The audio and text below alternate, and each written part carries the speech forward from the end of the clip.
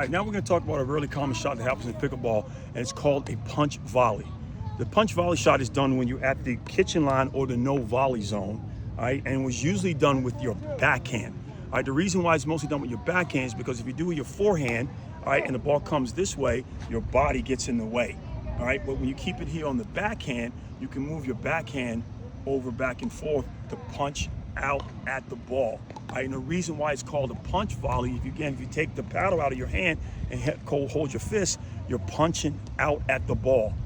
You can see the muscles in your upper body here in the arm that you're using when you're doing this punch volley. Okay, here we are in our punch volley position. We know that it works the anterior shoulder girdle muscles, the front of the shoulder, and a lot of elbow extension, the tricep. So right now, Rudy's in a position where he's about to extend his shoulder back with one single tube. We want to work on balance here, so he has to decide how to distribute his weight evenly as he works one side only. So we're going to drive the shoulder back, keeping the arm straight as possible. I want you to imagine when you're doing this exercise, Rudy, that you do not own an elbow. Your arm is totally straight. Now, shoulder extension in a concentric fashion, concentrically, is 100% tricep. So this tricep muscle here that extends the shoulder joint, that's what we need for the punch volley. So we're going to do a few of these. Let's say we do 10 to 12 repetitions.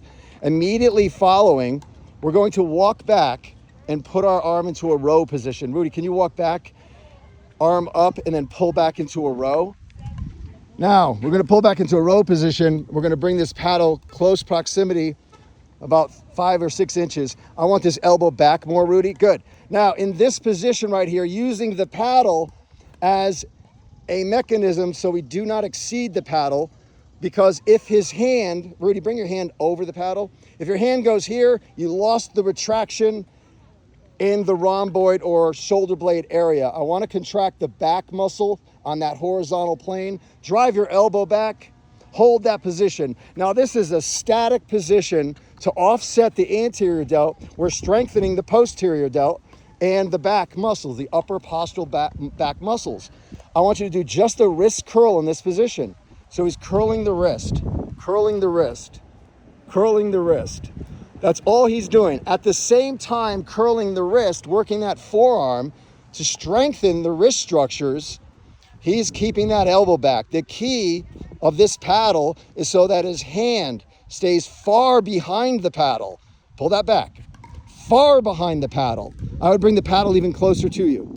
Yeah, get it in line with the actual hand grip. There you go.